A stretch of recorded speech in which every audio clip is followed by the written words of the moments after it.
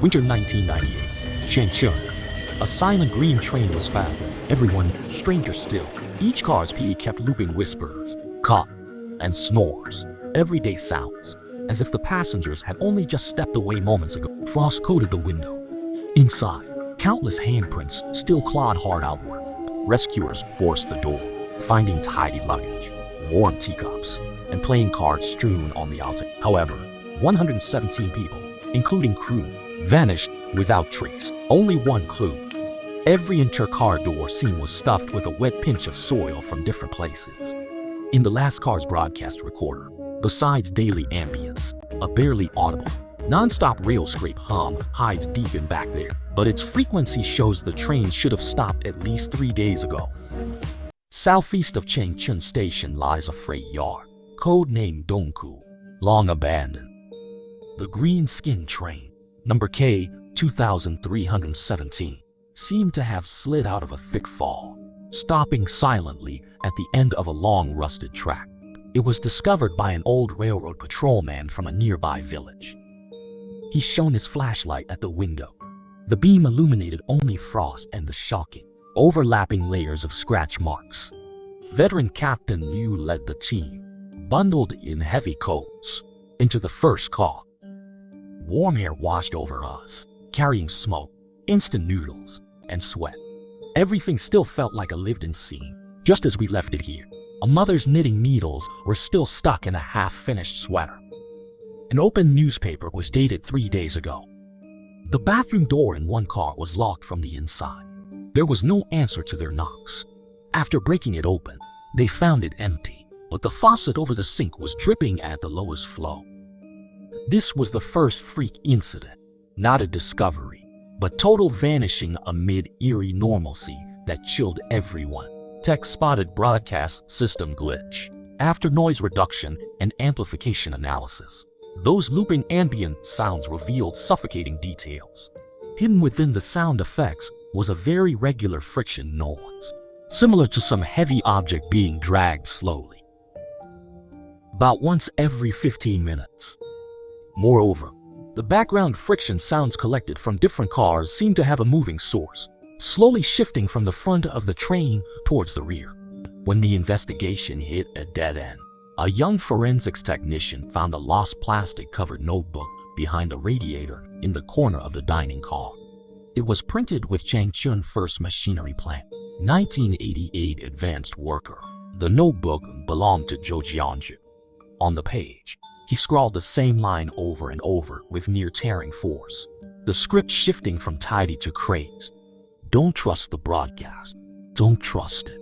In the footer, a tiny note, like nail-scratched words. They wear our clothes, mimic our voices, but down here, the soil stays cold. The suspense reached its peak at this moment. By the timetable, K 2317 should have reached the terminal at 6:40 p.m. 3 days ago. Exactly. But all the clocks on the train, the passengers' watches, and even a calendar torn to the current day all pointed to an impossible time. They had all stopped at the 4th hour after the train was supposed to arrive, which was 10:40 p.m. It was as if at that moment, the train and time itself were frozen together. The team chose to search back along the rails, opposite the train's approach route. At a remote bend about 5 kilometers from the Dongku marshalling yard, they found signs of large-scale disturbance in the snow beside the tracks. It was as if many people had gathered and walked around here.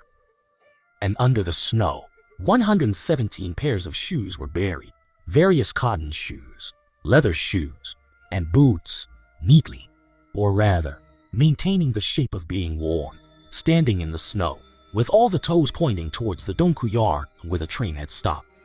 It was as if 117 invisible people were standing there quietly, gazing at the cage they had escaped from. Captain Liu crouched down to examine a pair of children's cotton shoes. They were wet inside, not with melted snow, but with a viscous mud that smelled of rust. It smelled exactly the same as the soil he had dug out from the door cracks with his gloved hand. The final direction of the incident went beyond the scope of conventional understanding. An elder who knew secrets whispered, trembling. In the Manchukuo era, That curve served as a covert dump. Rumor says sealed boxcars with special passengers halted at midnight, unloading their cargo into pits dug in advance. Later, the pits were filled in and new tracks were laid on top. But it is said that what lies beneath the roadbed has never truly been at peace. Train quarantine tie, later towed and scrapped. The fate of 117 stayed sealed as top secret riddle.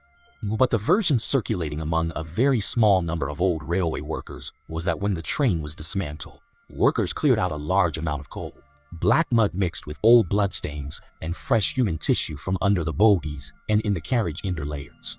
What's even more chilling is that it's said that train drivers who later passed through that bend area late at night would occasionally hear a faint static on the radio mixed with whispers, coughs, and snores. Among them was an increasingly clear, cold female voice making a station announcement, as if being mimicked by many people at once. The next stop is Donku. All passengers, please take your belongings in the mud with you and prepare to get off. So, the next time you take a night train and feel drowsy amidst the rhythmic rumbling, pay attention to whether there's any unusual static mixed in with the broadcast. Watch the passenger across from you. Is their snoring rhythm too regular, suspiciously? Most of all, if the train delays for no reason, the view outside freezes, and your shoe soles feel a strange, lingering damp chill. Perhaps you should think about where you really need to get off to truly arrive at your destination.